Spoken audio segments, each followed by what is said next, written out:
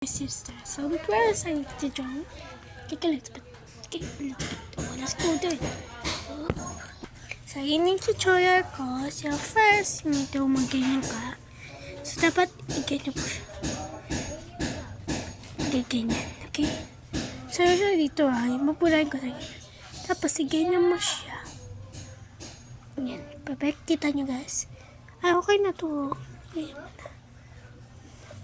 So, yun na nagawa mo na. Tapos, ang gawin mo is, like, put it on top. And may top na tayo. So, let me just get my waist, okay? So, ayun nga guys, meron ako sa likod. Bago lang yun Ayan o.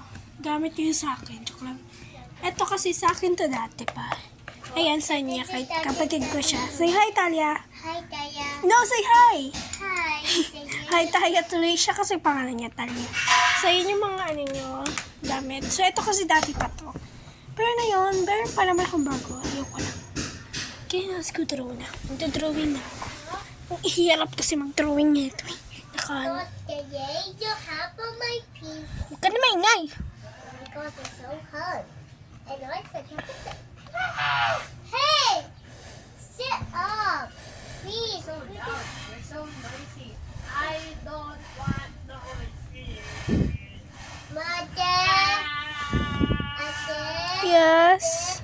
it's so damn noisy. Kita nyo, guys. Ay, Quiet. You know. hindi ko alam kung tama ba ako. Joke na. So, headless lang to guys. Ikaw kayo bahala kung gusto nyo mag-ano. Yun na, nakadrawing na tayo. So, ayun, maglalagay tayo ng kamay. Wait, my dad just got to play my cards. Sorry guys, ang ingay na kapatid ko eh. Joke lang, hindi maingay. So, ayan, lalagyan mo siya ng parang.